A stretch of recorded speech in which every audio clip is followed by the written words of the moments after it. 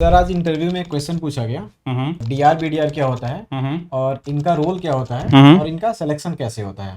Sir, please बहुत बताएं। ठीक है, बहुत ही अच्छा क्वेश्चन पूछा गया अनुराग। ठीक है, तो देखो मैं बताता हूँ आपको। डीआर आपका एक डेजिग्नेटेड राउटर होता है। ठीक है, डीआर एंड आपने पूछा बीडीआर, तो एक ओएसपीएफ का एक बहुत ही अच्छा टर्म है। ठीक है, और इनका एक बड़ा अच्छा रोल है ओएसपीएफ के अंदर। डीआर बीडीआर जो सिलेक्शन होता है, सबसे पहले आपके पास जो नेटवर्क होना चाहिए, या तो नेटवर्क आपका ब्रॉडकास्ट हो, ठीक है, या तो आपका NBMA non broadcast multiple access हो। इसी नेटवर्क में डीआरबीडीआर सिलेक्शन होता है।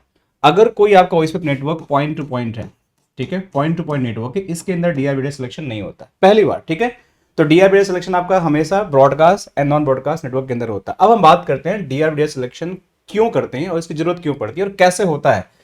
तो मैं एक टोपोलॉजी दिखाना चाहता हूं आपको कि देखो डीआरबीडीआर सिलेक्शन कोई भी नेटवर्क आपका है, ठीक है, जैसे एक टोपोलॉजी आपको ये दिख रहा है, इसमें देखो 10.10 है, एक 10.10.2 है, 10.13 है, 3 राउटर्स हैं।